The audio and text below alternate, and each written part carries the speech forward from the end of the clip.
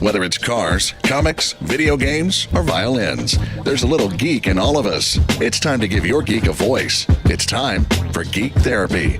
Here's your host, Johnny Hamburger. All right, welcome to Geek Therapy Radio. We are doing it guerrilla style. Where are we, Dan? This is my guest for this week. His name is Daniel. He is well seasoned, well traveled. Well, I tasted. Yeah, there's a little salt because we walked around a lot today. Yeah, pretty sweaty. His name is Dan. He is well traveled. This is Geek Therapy Radio, by the way. Did I not even mention that? Geek Therapy Radio, Facebook, Instagram, YouTube, which you should be watching for this freaking episode, because where are we, Dan? We are in Roma, Italy.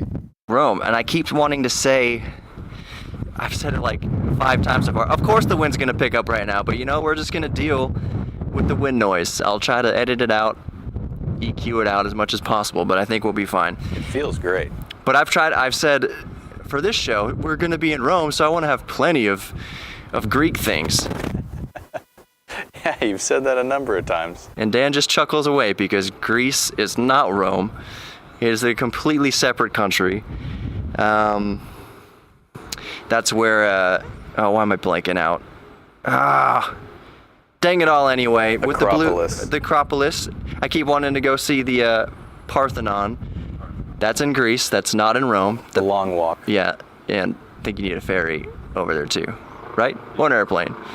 But I keep wanting to see the Parthenon. The Pantheon is here, and that's neat. It's kind of like the Parthenon, except not ruins. I can see how those could be confused. Yeah.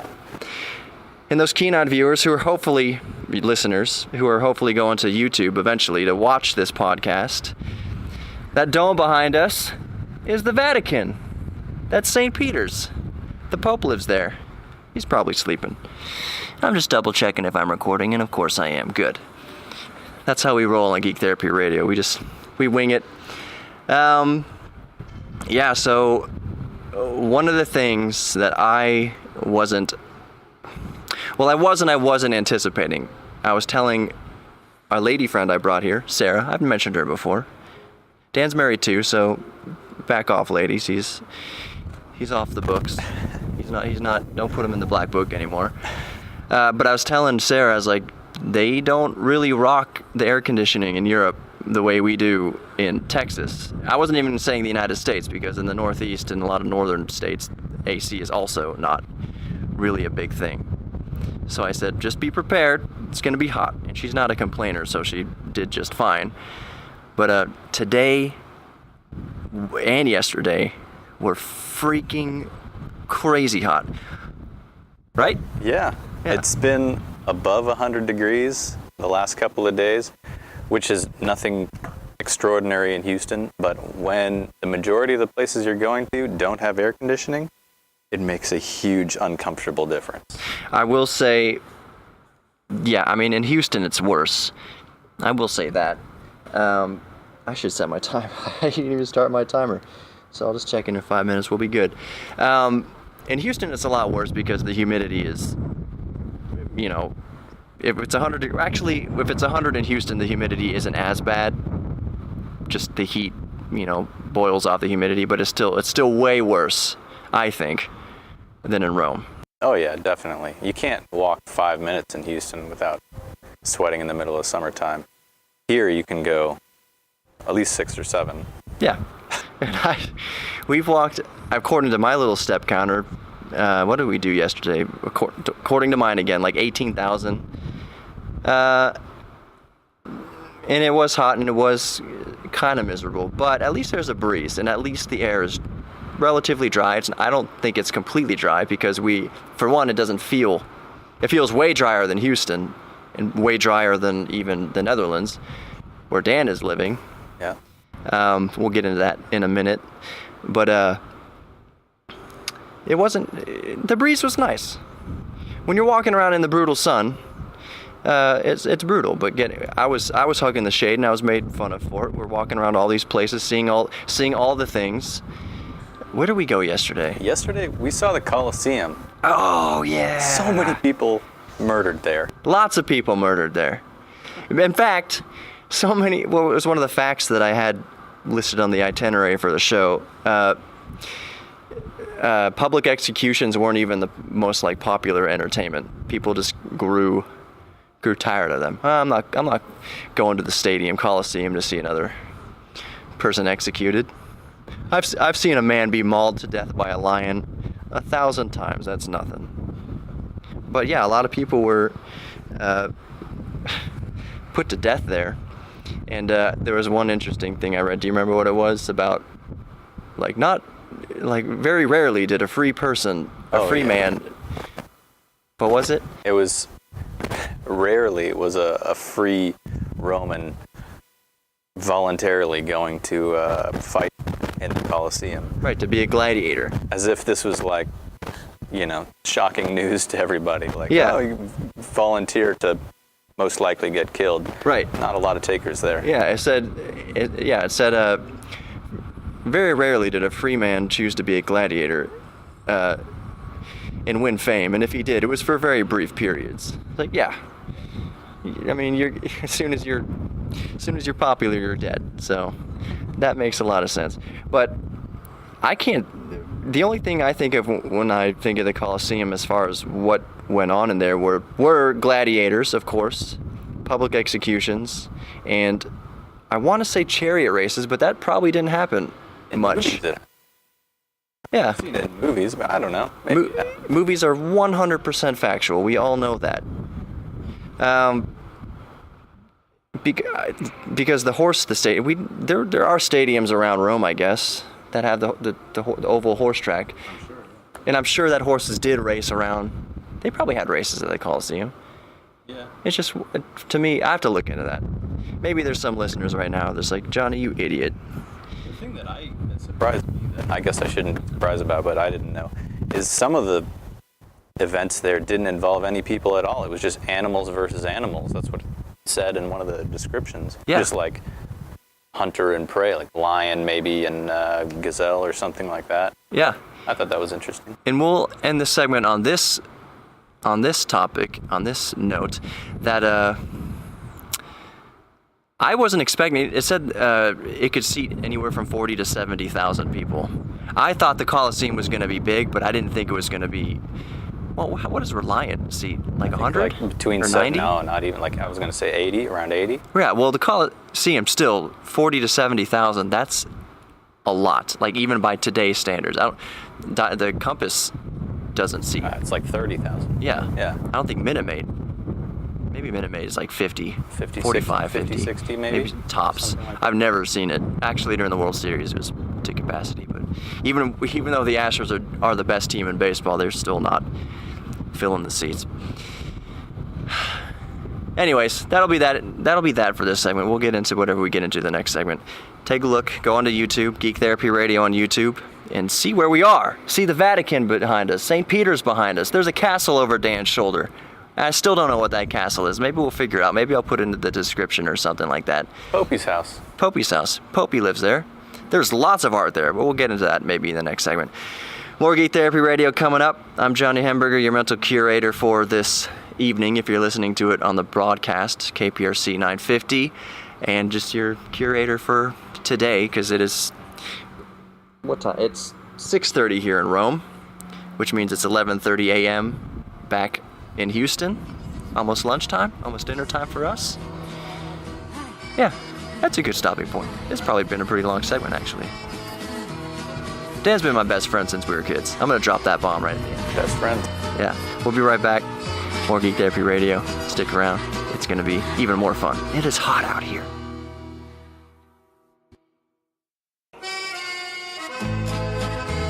All right. Welcome back to more Geek Therapy Radio live from Rome, just outside the Vatican walls. And I'll say it again. I'll reset the setting for the new segment. In case you're just joining us, we are in Rome, and that's the Vatican behind us. We are walking 5 minutes? 5 minutes to the wall, yeah. 5 minutes to St. Peter's Square? Basilica and Square.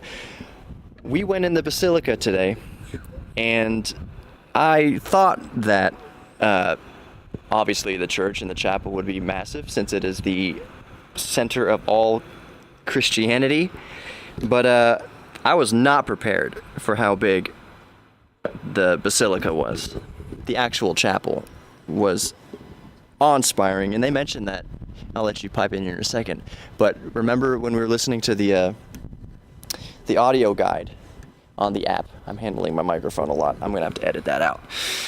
The handling noise. But what was the first thing he said when you walked in? You were supposed to get the same feeling as if you were looking at something. Remember what he said? In the front. Like when you walk in, he said the scale of it all was supposed to inspire in you the same feelings that you get when you look out like at the ocean or a mountain. When we first walked in, there was a period of maybe 30 seconds, a minute, maybe a couple of minutes where the app was just, or the audio guide was just, and I wasn't really paying attention because Yeah. how much like in awe I was of the structure and the size and the detail. Yeah. So I missed that part, sorry. I was saying, no, but it was 100% accurate. When you just, like you said, being in awe, just like you're looking at the Matterhorn for the first time or something, just the scale and the size of it. You see pictures of it, and you see pictures of Everest, you see pictures of mountains, you see pictures of the Amalfi Coast, which we'll get into. And it just doesn't do justice. I took a lot of pictures and videos on this trip. I mean, we're going to show it to friends and family, and they're not going to have any clue unless they've been there. It's just how massive this place is. Yeah. People will see the pictures and say like, oh, that's very nice, and they'll understand where you went, that it's a big deal, but you have to go.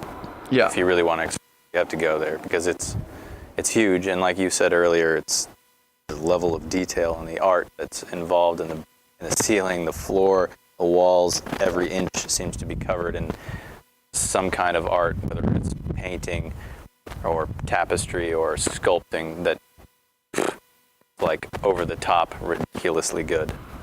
Yeah, you'd think that in some little corner or crevice or nook or cranny that they'd be like, it would be an afterthought. Some little piece of art would be an afterthought in this little cranny. And the grand scale of everything, like no one's going to pay attention to this little 5 square inches. Nope.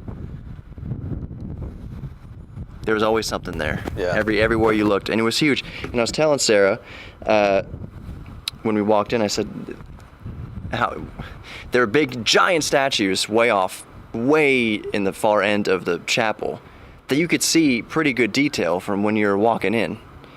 That kind of throw off the perspective until you walk up to it and you realize the statue is like 30 feet tall. Like it's crazy. But they were talking about this, the size and the scale of it. You're supposed to appreciate the proportions, and you really do, because you walk in and it's like looking at a vista. You can see things clearly. You could see the details in the statues clearly. And then that was only because that statue's pretty much half a kilometer away at least. Well, maybe it was less. 187 meters. So like almost 2 football fields away, inside of a church, 2 football fields. And the other thing is it functions. They closed it for anybody who's thinking about traveling here, which you should. They're closing it down. No more people were allowed in, and they're starting to push people out at 4 p.m. Yeah. Because at 5 p.m. there was a mass. And this is it Tuesday today? I think it's Tuesday. Yeah. I lost track. It's a functioning. It's not just a like a tourist destination. It's not something that they've just kind of slapped a new coat of paint on and said, hey, come see this thing. It's a functioning building. It's still a functioning, 100% functioning, I want to say office. But there's offices there too. Yeah. And we were reading some plaques I thought were interesting that said, Pope whatever, like spearheaded its restoration in 1436. It's like, oh, okay. Well, it looks pretty good for being restored 600 years ago. Yeah, 600. That's about 600 years. I'm sure they've kind of brought out the duster.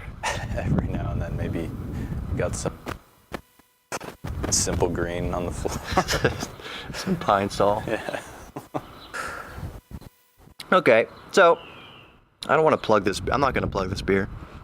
It's Italian beer. Yeah. It's good. It's all right. If you'll come here, you'll get it. Yeah, it's cheap. It's cheap. At least the place we went to is cheap. Actually, everything hasn't been too bad. Yeah, as long as you stay like don't eat in the big like squares and stuff where all the tourists are, then yeah, it's pretty reasonably priced actually. Even our accommodation, it's not bad. No. Price Look, is good. we're up on the roof of our accommodation, and we got the 5th floor, so we're literally like, well, our ceiling is down over there. I still get the Wi-Fi from it. It's still coming through the ceiling. But how much was it per night? We can say it because it's not that much. For a 2-bedroom, 1 bathroom, kitchen, living room, 4 balconies, and rooftop It's access. an apartment, flat, camera, whatever you want to call it. 3 nights, it was like 440 euros. So like I don't know, what is that? Like $500? Yeah, Something like total that. for 3 nights. Yeah. For all that space, all that room. Yeah. Like for 4 people, easy. And we're Yeah. this close. We're walking distance. That's crazy. Yeah. And Dan can fill us in more on this since he lives. Where do you live specifically? I live in a place called Keep going. Hertogenbosch, Yeah. which is a city in the Netherlands. And I've lived in the Netherlands for 2.5 years now. Yeah. But you first went to Eindhoven. Eindhoven, we lived in, for almost 2 years. Great city, like it, a lot of technology there. But Hertogenbosch, or Den Bosch, as everyone calls it because it's easier to say, is a much nicer city. It's very beautiful. A lot of old buildings that you just walk around. Sometimes I just go for a walk with my dog in the morning and I look at that big cathedral that you saw and I'm like, man, I live like a block from this. And I just stand there like, wow, this is really, really incredible. I'll probably pop that video in here because I don't know if the camera just shut off. Yeah. Something happened over there. I I think the shutter just shut off. Yeah. Maybe it hasn't.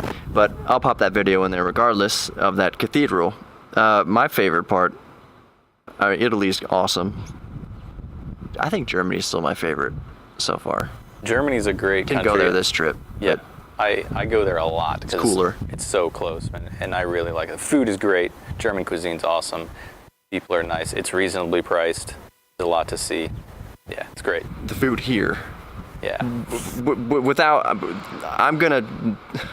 The lunch today was pretty trash. We'll just put that one out. Yeah, that doesn't count because that's just a cafeteria at a museum basically, and it wasn't that great. It was pretty cheap, but it wasn't that great. Yeah, where are we at on time here? We're good. We can start wrapping up this segment. But what I was getting at is, it's August, early August. By the show's going to air August 6th. I think that's Sunday. Yeah. Tonight, if you're listening tonight.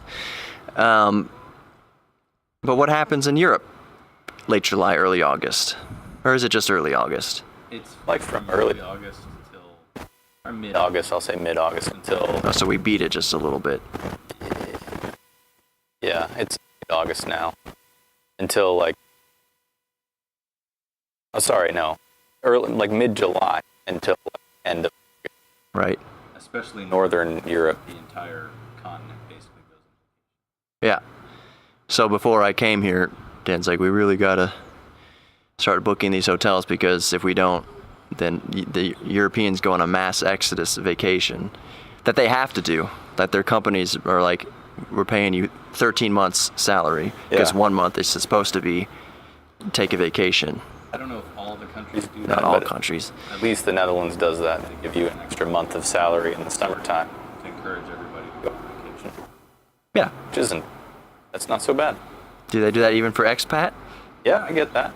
Good. Great. Yeah. Yeah. Dan's coming back to Houston a few days after I get back. Yeah. I'm looking forward to that greatly because as much fun as it is living in Europe, I of course miss home. I miss Houston. Some things, for instance, and this will be the last thing for this segment, we were in line at the cafeteria, and he said, I want that pizza, which was fresh pizza. And they pointed him back to where we started. It is because that it was the unfresh pizza. It was kind of confusing, like, but this is on display here. I want this piece of pizza. Like, nope, go back to the front and get that pizza. In the United States, it'd be like, here, you just get the the pizza you want. There's a few things. This is a whole nother can of worms for a whole nother segment. But things that Europe does weirdly that don't make sense compared to the United States. And the United States also has things that also don't make sense, like people getting shot all the time. But that's the end of this Geek Therapy Radio segment. That was so deep to get into right at the end. Drop that bomb, just like the United States did twice on Japan. Oh, man. That's World War II. See, that's not bad to say, because we can get into that in the next segment. The ramifications of dropping the bomb probably saved hundreds of thousands of more lives than it wound up taking. That's an argument. That's a whole thing. That's a two-sided. We can get into that. More Geek Therapy Radio coming up. I open a whole can of worms that we may or may not get into next segment. Geek Therapy Radio on Instagram, Geek Therapy Radio on Facebook, and go watch the YouTube, Geek Therapy Radio on YouTube, because we are in Roma, just a few minutes outside of the Vatican, which you can see on the videos over the shoulder. I'm Johnny Hamburger. We'll be right back. More Geek Therapy Radio to come.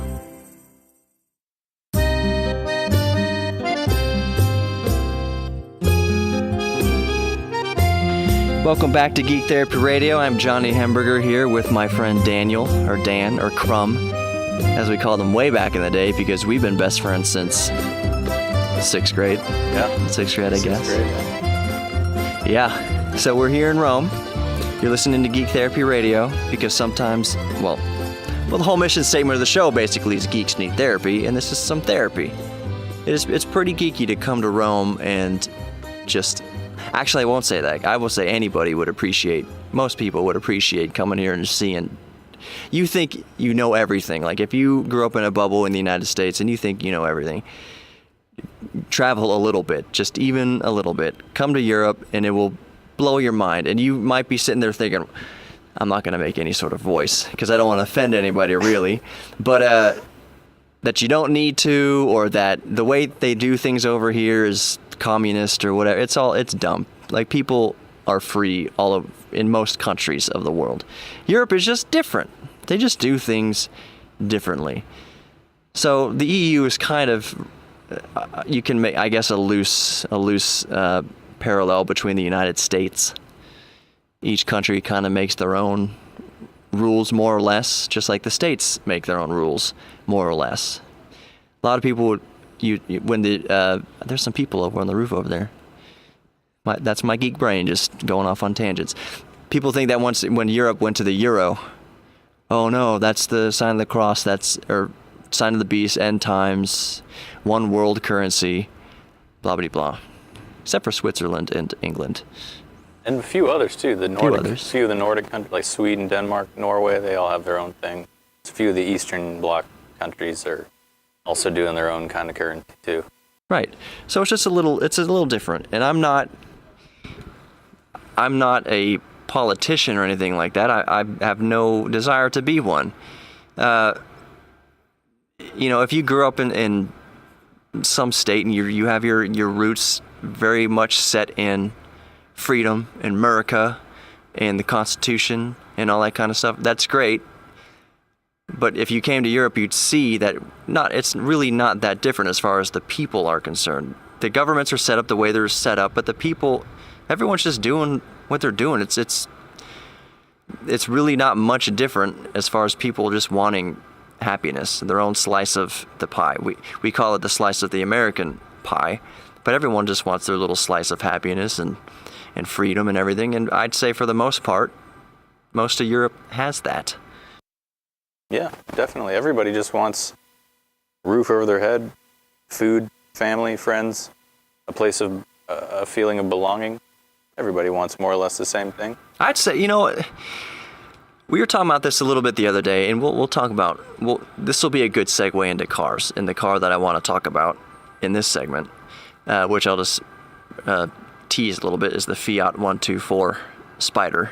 Nice. Which I'm going to forever henceforth call the Fiata, because it's a Mazda Miata, Mazda MX-5 that Fiat also makes, and they just have a little more power in the engine, and it looks way better. So I'm calling it the Fiata. Anyways, we were talking about cars a little bit, and why, I have the DeLorean, which listeners are well aware of, and my daily driver, and I just got another car that I'm going to try to flip in a couple of years, the Toyota MR2 Spider.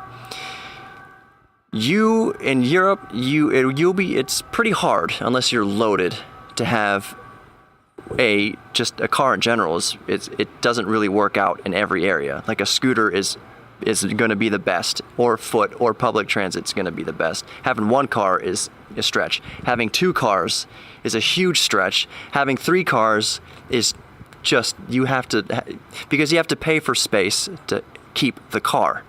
It's not like the United States where we can make the roads as big as we want, the garages as big as we want. We have all the land in the universe to put all our stuff on. Europe is thousands of years old. People have been here for thousands of years and have built the entire civilizations and roads and pathways and houses and structures around basically a horse being able to get through. So the infrastructure simply can't handle somebody having three cars. It can, but you're going to have to pay for a place. You're going to have to rent a place to keep the car. Or you live out in the country on a farm or something like that, which some people do. Yeah, some people do. But whereas the United States, even in a suburb, like, you have compared to Europe, you have so much space out there. And that's just one of the differences. People want to say, it's socialism and all that kind of stuff. Well, from my observation, most of it is just a space thing.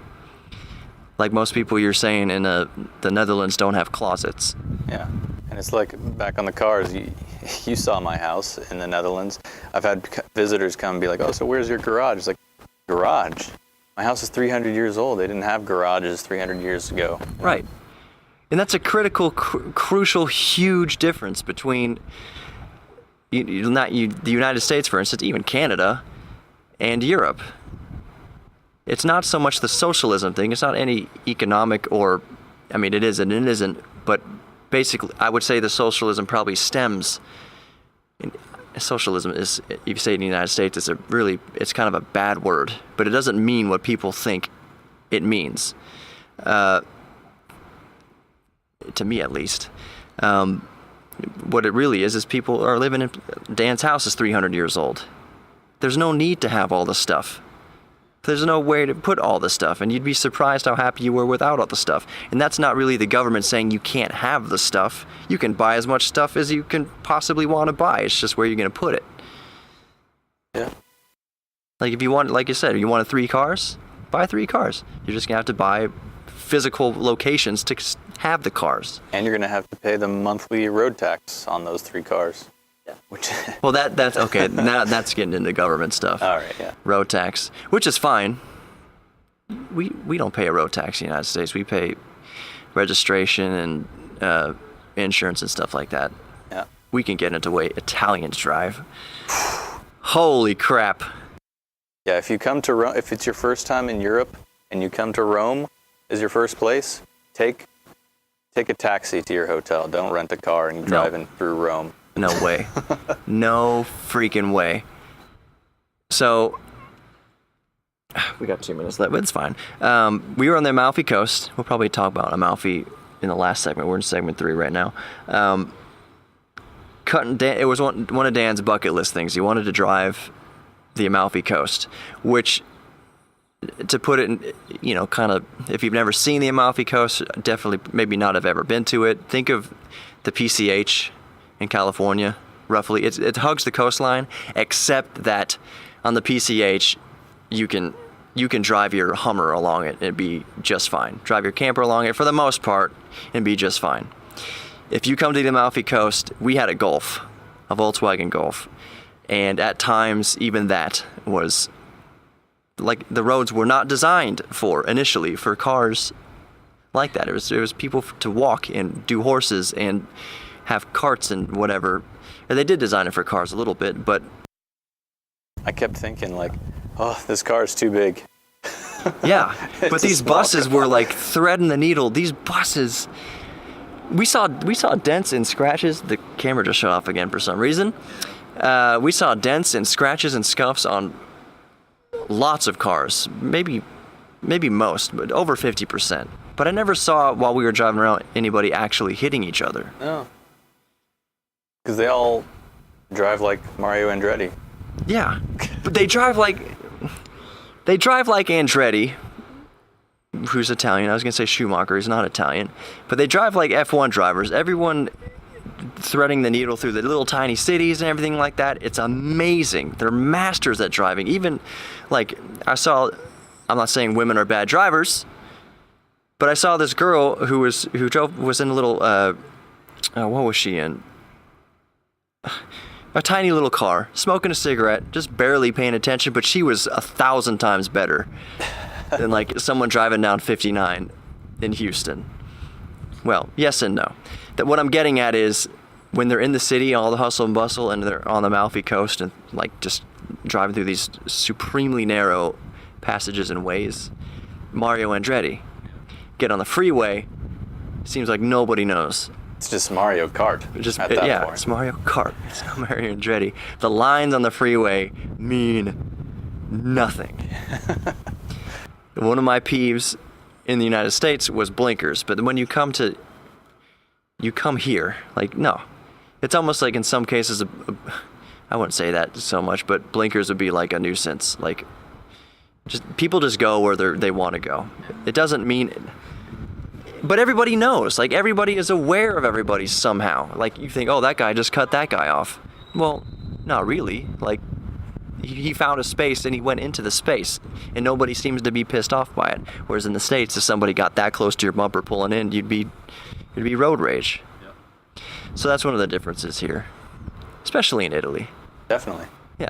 On the Autobahn, it's probably different. You were saying that Germans and Dutch drivers are very precise and very rigid on following the rules. I can't imagine seeing into the brain of a Dutch person driving on an Italian road, just like, you cannot do that, what you're doing. Stop that right now. They'd be very upset. Yeah.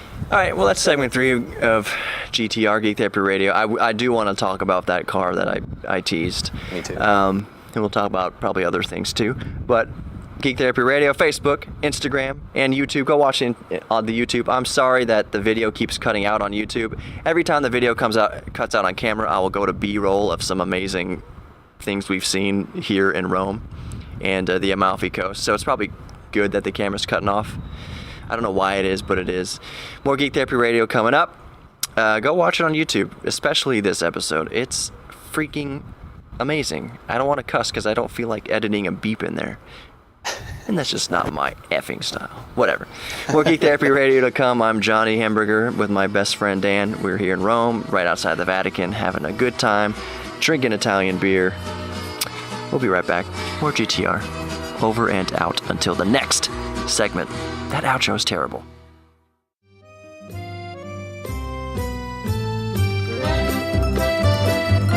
Welcome back to the last segment of Geek Therapy Radio from Rome. And I'm Johnny Hamburger. I'm not hoping I'm Johnny Hamburger. I am hoping I'm Johnny Hamburger. I hope you're Johnny Hamburger. Yeah, and I hope you're Daniel S. Crumb. I always check my underwear in those situations. Yep, it says JH. We're good.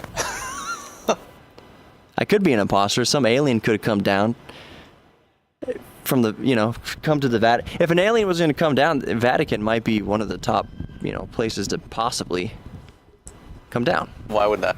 I don't know. Because it's a big thing. It's a big important thing on the earth. And there's like however many billion Christians versus 330 million Americans. It might be a bigger shot over the bow to get a few billion people's attention. Okay. I'm just being a geek. That's what the show is about. I see where you're going.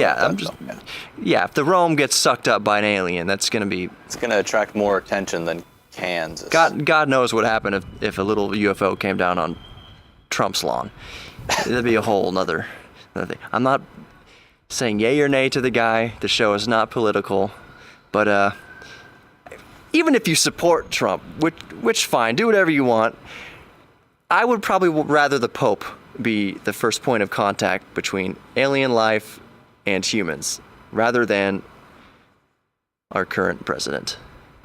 He's a good businessman. Maybe he would strike some deal with him that would be beneficial. But I don't know. I'm just saying, as a humanitarian, just purely as a humanitarian, I'd probably want the Pope more than Trump. And I know that a lot of people are going to take that now. You hate Trump? No, that's not what the show is about. Just thinking. Just the imagery of... I'll get off that subject. So, what did I want to talk about this segment? I wanted to talk about the Fiat 124. The Yeah. Fiata. The As Fiata. you dubbed it. The Mazda Fiata. So when we were driving down the Amalfi Coast, we saw... I knew that this car was coming out, and it's also coming to the States. I know that.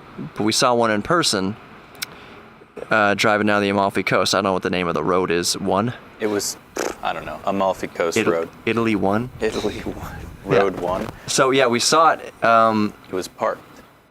Yeah, it was parked, and Dan was telling me what car he would rather be driving down the Amalfi Coast rather than the Golf, which was... Do you remember? Well, initially I said Aston Martin. Until I started thinking about it. And the Golf was fine, what we were driving. It was a good car. But when I saw that car and thought about it, and it was in a Barth too. Yeah, so it had like 20 or 30 more horsepower. And it was instantly clear. I don't care how much money I had. If I could afford a $1 million car, I'd still take it. Yeah. It's perfect for that. It's convertible. It looks sharp. It handles well, I guarantee it. Yeah.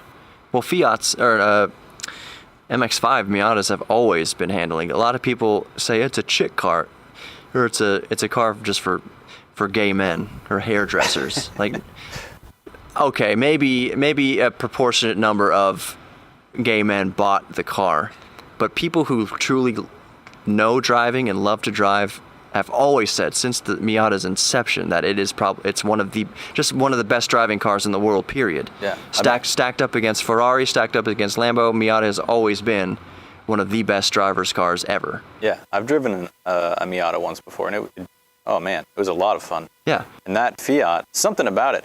We came around It was in Italian flag colors too. Yeah, the paint awesome. job was really sharp. Yeah. We came around a right corner, going as fast as I possibly could, considering the size of the road and the number of other cars that were on there. And the occupants. Yeah, Getting true. sick.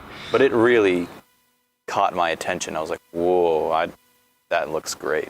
It looked great. And I looked at it, and it is, I mean, the price is nothing to sneeze at, no matter how you slice it.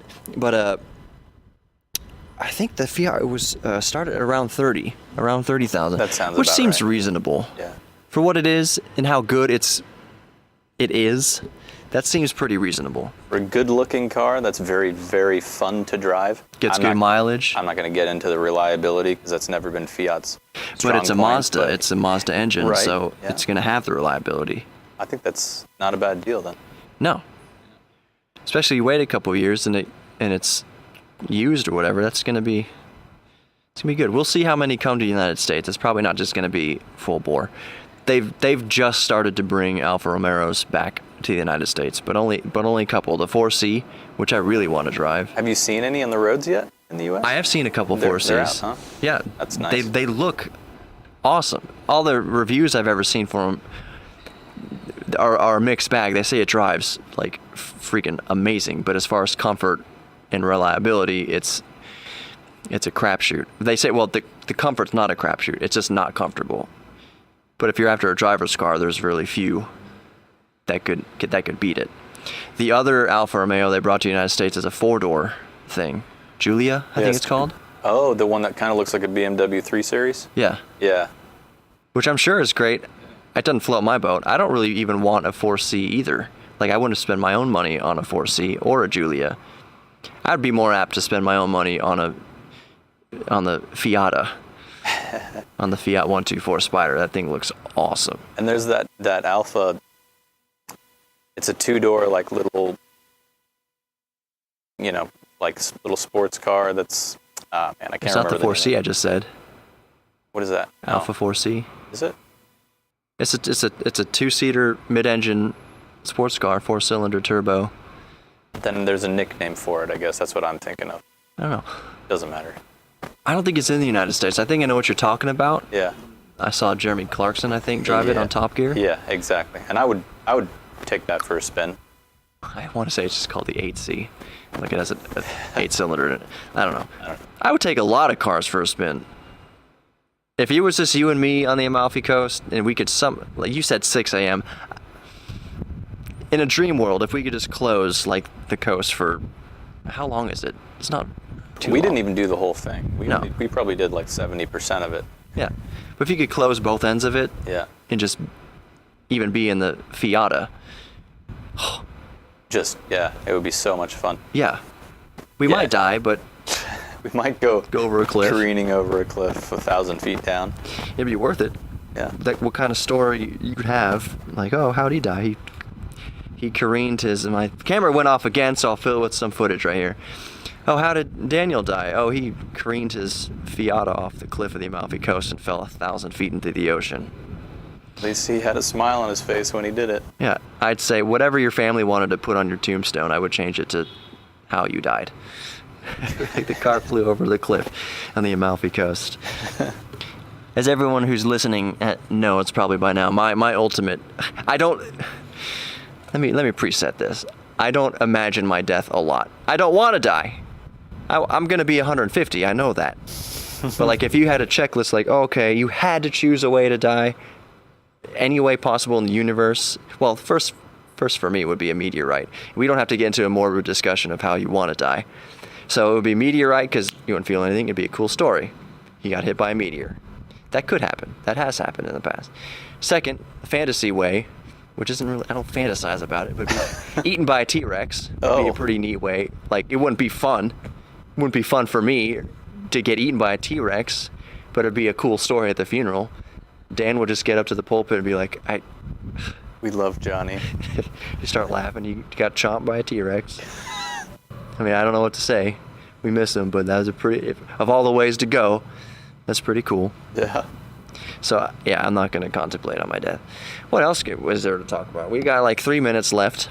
Actually, I'm going to say 3 minutes. We're at a good radio stoppage time now, but I'm going over because we're in Rome. If anybody wanted to drive the Amalfi Coast, what would we recommend to them? Try it early in the morning. Because it's early in the morning with the first daylight, because there's no way you're going to do it at night. Fast. No. You'll die. If you want the full experience, go in the morning because there are frequent areas where it's only possible for one car at a time. Yeah. So you don't want to run into traffic. Kind of ruins the experience a little bit. And keep your eyes on the road. We saw a guy pulled off on the side of the road, and it was just outside of where do we leave from? Oh, when we were on our way out, Positano? it was Positano. Positano. He was facing like he was going to go into Positano, in a camper, in a straight up like American like RV, which exists in Europe. Campers are a thing here. People like to go caravanning, as they say, but that thing, God have mercy on his soul, trying to get it into Positano or anywhere further down the Amalfi Coast. It would be a nightmare driving that through any of those villages. I would hate it. I'd just stop it, get out. Just set it on fire or push it off a cliff. Yeah. Like, well, I'm done with that. We saw that guy in the BMW. I don't know what his deal was, but we were all parked because they have stoplights up in like on each end of a road, basically where it's only passable by one line of traffic going in one direction at a time. But this guy in the BMW, which I guess BMW drivers can be tools all over the world, he thought he was done waiting, so he got in the opposite oncoming traffic lane and moved up like 20 feet before people were just like, the oncoming traffic was coming back down the hill at him.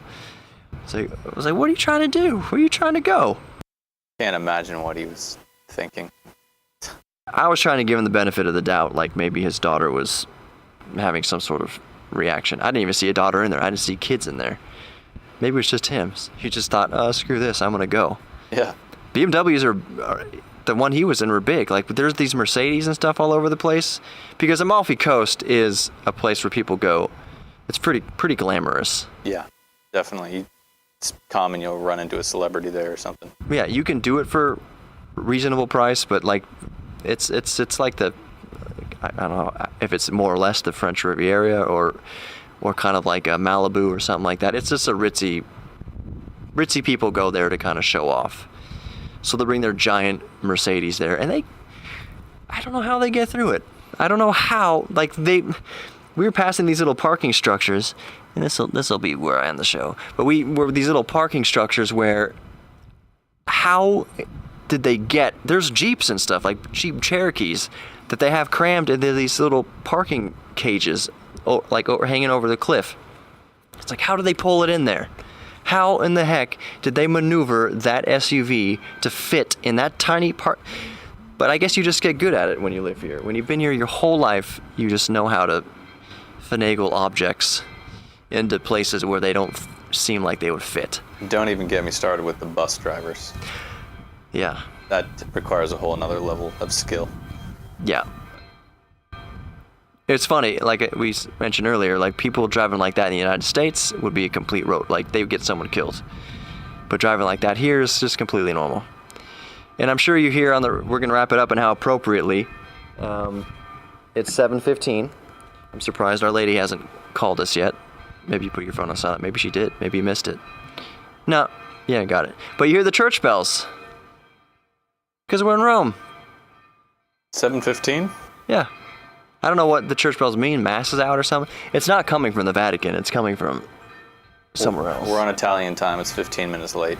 Yeah. They were meant to go off at 7. Right. That is true. Italians have a very relaxed way of doing anything. Which more power to them. But their economy that's a whole nother show. They'd probably be pretty boring on too. On your other show, like economies of forgotten empires. Yeah. Yeah, so anyways, that was Geek Therapy Radio. Thank you, Dan, for being on the show tonight. Thank you for having me, and it was great. I'm a big fan. Thank you. You're a big fan? Yeah, I listen to your things on my way to work. Yeah, good. Yeah. Thank you. Now you're going to be on one. Oh, cool. So everyone listening, that was my friend Dan. Go watch the YouTube on this one. Seriously. And I hope to do more of these. I hope to go all over the world doing Geek Therapy Radio, guerrilla style, on location. I love this little computer, but I'd probably bring a bigger one if I'd be doing actual work like I'm doing now. We should plan these out and just meet up in various parts of the world and do shows. Or you should, and I can occasionally have me on. All right. We'll shake on that. All right. You'll have to tell me. Dan travels a lot for work, so maybe you'll get a day or two off on the other end of... I'll do one from Siberia. I don't care. All right. There'll be mucho vodka. Yes. That's it for Geek Therapy Radio. Geek Therapy Radio this week from Rome, live on location, recorded into your ears. I didn't cuss at all. I don't have to beep anything out. I say that like I do it all the time. I don't. And I'm really running over. So that's Geek Therapy Radio. I'm Johnny Hamburger. I was your mental curator for this evening, for the day, for the morning, whenever you're listening to this, or for God's sake, go watch it. Literally, for God's sake. We're right outside the Vatican. Go watch it. Geek Therapy Radio on Facebook, Instagram, all the social medias. Geek Therapy Radio on YouTube. Like I said, go watch it. This week's especially. Johnny Hamburger, over and out. Thank you. Go like the Facebook page. Hope you like this week's Geek Therapy. I had a lot of fun, and we'll do more of it. Thanks, Dan. You want a fist bump? Yeah, right now. Fist bump. There you go. Vatican bump, we'll call it. All right. Adios, amigos. That is not Italian. Arrivederci. Perfect. Geek Therapy Radio. Ciao.